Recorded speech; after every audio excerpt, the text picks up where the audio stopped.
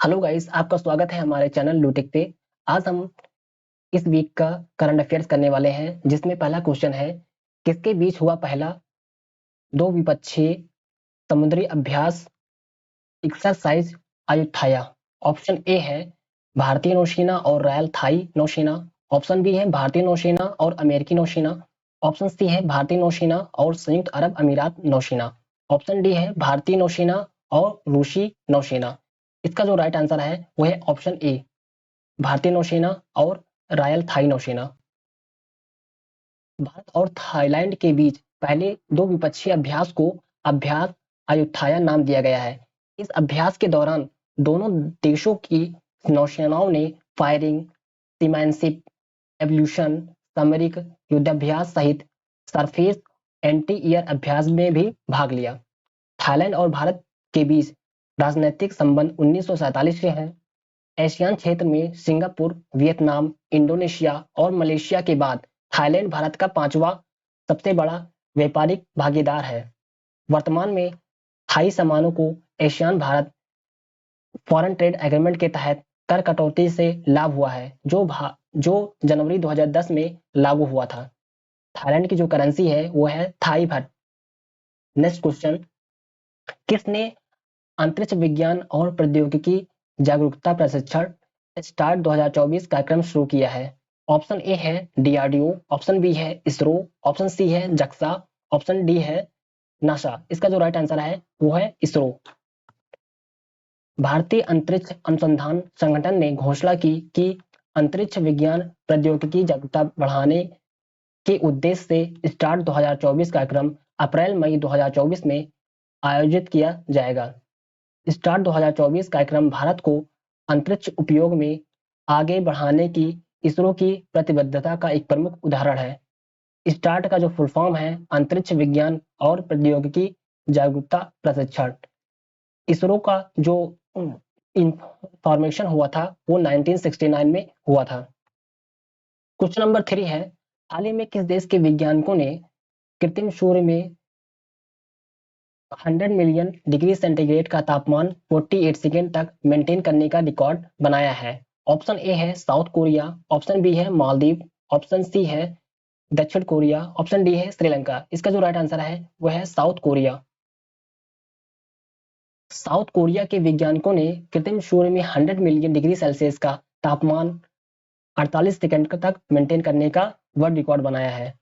ये तापमान सूर्य के कोर से 7 गुना अधिक है।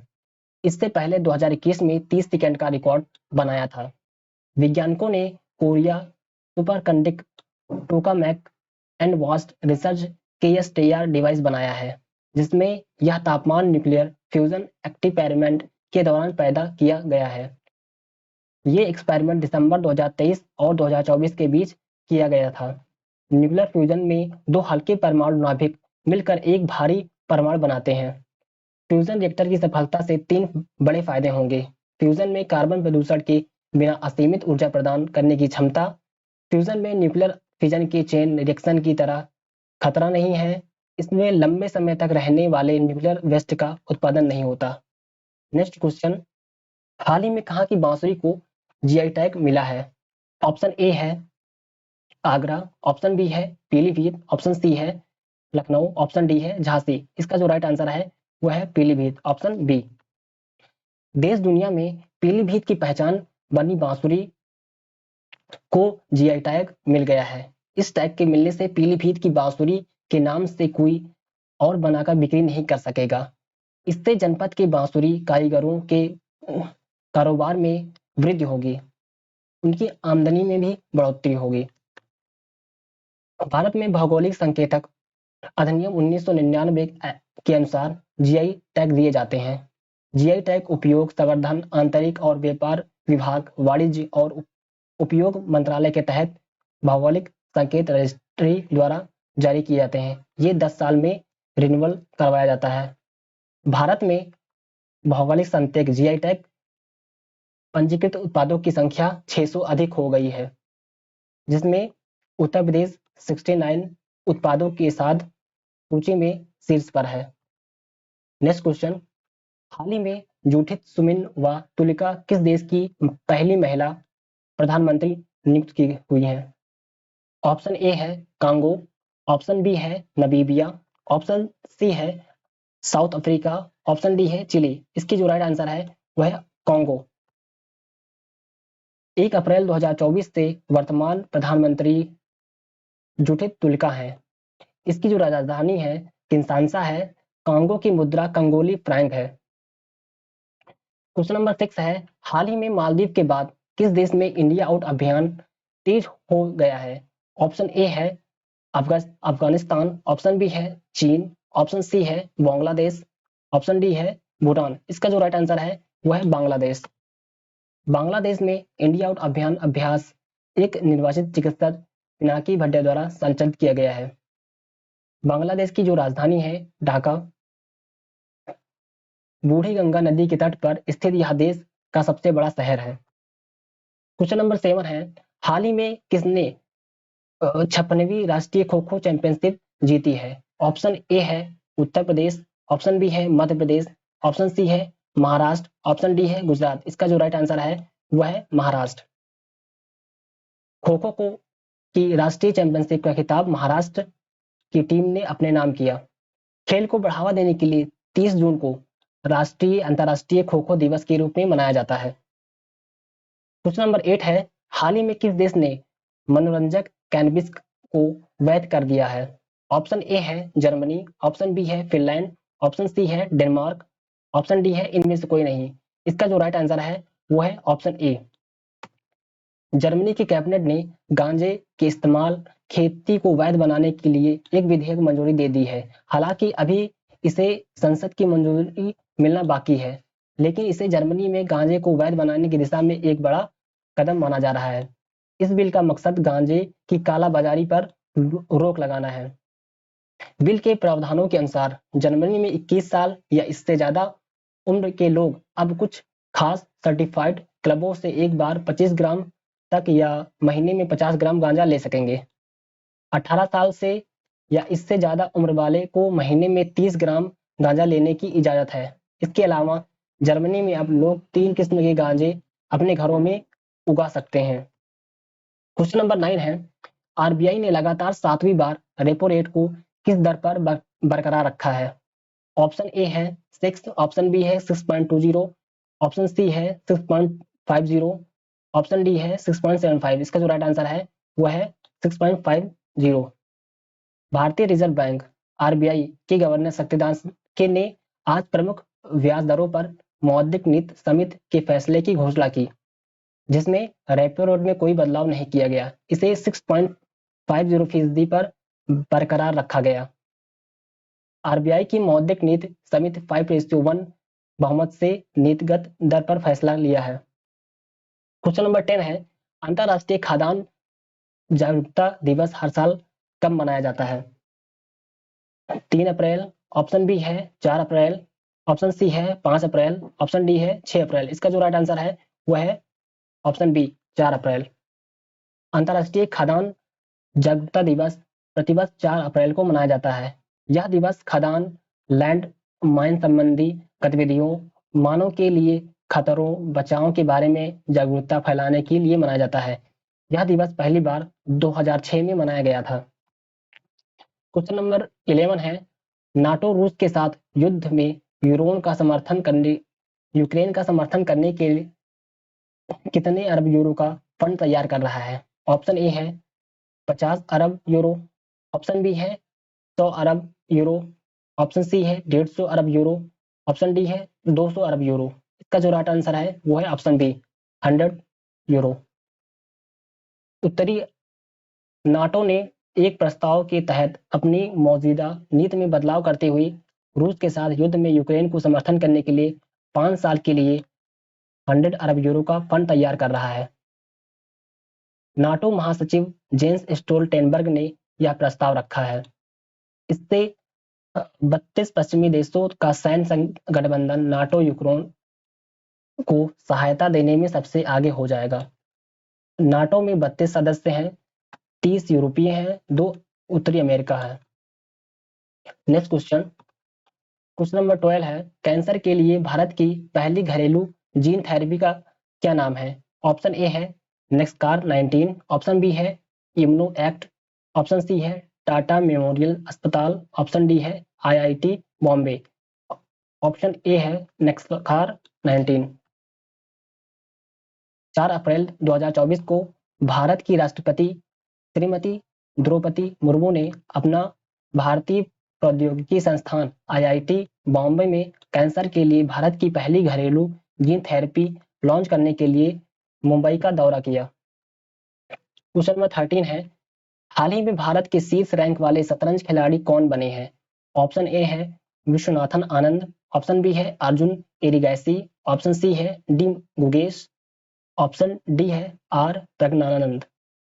इसका जो राइट आंसर है वो है ऑप्शन बी अर्जुन एरिगैसी। भारत के युवा शतरंज खिलाड़ी अर्जुन एरिगैसी भारत के शीर्ष रैंक वाले शतरंज खिलाड़ी बन गए हैं। 2756 की मानक रेटिंग के साथ एरिगैसी दुनिया में 9वें स्थान पर हैं। उन्होंने इस मामले 5 बार विश्व के चैंपियन विश्वनाथन आनंद को पीछे छोड़ा है। FIDE रैंकिंग में 21 वर्षीय अर्जुन के बाद दूसरे भारतीय रैंकर विश्वनाथन आनंद है। क्वेश्चन नंबर 14 है, हाल ही में चर्चा में रहा ऑपरेशन संकल्प निम्न में से किससे संबंधित है? ऑप्शन ए है समुद्री सुरक्षा। ऑप्शन बी है बाल शिक्षा। ऑप्शन सी है साइबर सुरक्षा। ऑप्शन डी है जनजातीय विकास। इसका जो राइट आंसर है वो है ऑप्शन ए समुद्री सुरक्षा। भारतीय नौसेना ने भारतीय जहाजों की सुरक्षा सुनिश्चित करने के लिए उद्देश्य से फारस की खाड़ी, ओमान की खाड़ी में ऑपरेशन संकल्प शुरू किया है। समुद्री क्षेत्र में बढ़ते तनाव के जवाब में शुरू किया गया भारतीय नौसेना ऑपरेशन संकल्प एक सफल प्रयास है। मियामी ओपन में पुरुष सिंगल्स खिताब किसने जीता है? ऑप्शन ए है गिग्नोर। ऑप्शन बी है कार्लोस। ऑप्शन सी है जनिक सिनर। ऑप्शन डी है मैथ्यू एब्डेन। इसका जो राइट आंसर है वो है जगनिक सिनर। और जगनिक सिनर एक मजबूत 2024 जारी रहा क्योंकि उन्होंने रविवार को किरहावी वरीयता प्राप्त गिग्नोर द्रिमित्रो 6-3 से और 6-1 से जीत के साथ मियामी ओपन जीता। क्वेश्चन नंबर 16 है, पत्र सूचना कार्यालय के प्रधान महानिदेशक का पदभार किसने संभाला है? ऑप्शन ए है शेफाली बी शरण। ऑप्शन बी है मनीष देसाई। ऑप्शन सी है अमित कुमार। ऑप्शन डी है Meenakshi Kankaria. Option B is right answer Manish Desai. Shri Manish Desai ने पत्र सूचना कार्यालय के लिए प्रधान महानिदेशक का पदभार ग्रहण किया है। क्वेश्चन नंबर 17 है, विश्व स्वास्थ्य संगठन WHO ने हाल ही में किन देशों को मलेरिया मुक्त प्रमाणित किया है? ऑप्शन ए है भारत और श्रीलंका। ऑप्शन बी है अजरबैजान और ताजिकिस्तान। ऑप्शन सी है पाकिस्तान और अफगानिस्तान। ऑप्शन डी है नेपाल और बांग्लादेश। इसका जो राइट आंसर है वो है ऑप्शन बी अजरबैजान और ताजिकिस्तान। हाल ही में विश्व स्वास्थ्य संगठन ने अजरबैजान और ताजिकिस्तान मलेरिया मुक्त देशों के रूप में प्रमाणित किया है। वे अपने क्षेत्रों में एनोफेलीज मच्छर जनित बीमारी को खत्म करने में सफल रहे। ताजिकिस्तान और अजरबैजान ने प्लाज्मोडियम विवेक्स मलेरिया के क्षेत्रीय प्रसार के आखिरी मामले 2012 और 2014 में खोजे गए थे। मलेरिया संक्रमण का चक्र तब शुरू होता है जब एक मादा मच्छर मलेरिया वाले व्यक्ति को काटती है। क्वेश्चन नंबर 18 है, प्रोबा 3 मिशन जिसे इसरो के PSLV पर लॉन्च किया जाएगा किस अंतरिक्ष एजेंसी से संबंधित है? ऑप्शन ए है नासा। ऑप्शन बी है ESA। ऑप्शन सी है जक्सा। ऑप्शन डी है CNA। इसका जो राइट आंसर है वो है ESA। यूरोपीय अंतरिक्ष एजेंसी का प्रोबा 3 मिशन 2024 में इसरो के PSLV पर लॉन्च किया जाएगा। इसके 2 उपग्रह सूर्य के हल्के कोरोना और आसपास के वातावरण का अध्ययन 340 किलोग्राम के अंतरिक्ष यान को PSLV द्वारा 19.7 घंटे की कक्षीय अवधि के साथ पृथ्वी की उच्च कक्षा में तैनात किया जाएगा। क्वेश्चन नंबर 19 है, फिक्की महिला संगठन के 41वें राष्ट्रीय अध्यक्ष के रूप में किसने पदभार संभाला है? ऑप्शन ए है मौसमी बसु। ऑप्शन बी है जयश्री दास वर्मा। ऑप्शन सी है मधु सक्सेना। ऑप्शन डी है मीनाक्षी सुंदरम। इसका जो राइट आंसर जयश्री दास वर्मा। दिल्ली 29 मार्च जयश्री दास वर्मा ने उपकोक मंडल फिक्की महिला संगठन के 41वें अध्यक्ष के रूप में पदभार संभाला। क्वेश्चन नंबर 20 है, हाल ही में हिंदी रंगमंच दिवस कब मनाया जाता है? ऑप्शन ए है 1 अप्रैल, ऑप्शन बी है 3 अप्रैल, ऑप्शन सी है 2 अप्रैल। इसका जो राइट आंसर है वो है 3 अप्रैल। हिंदी रंगमंच दिवस प्रतिवर्ष 3 अप्रैल को मनाया जाता है। 3 अप्रैल 1868 की शाम बनारस में पहली बार शीतला प्रसाद त्रिपाठी कृत हिंदी नाटक जानकी मंगल का मंचन हुआ। Thank you guys. वीडियो को लाइक करें, शेयर करें एंड चैनल को सब्सक्राइब करें।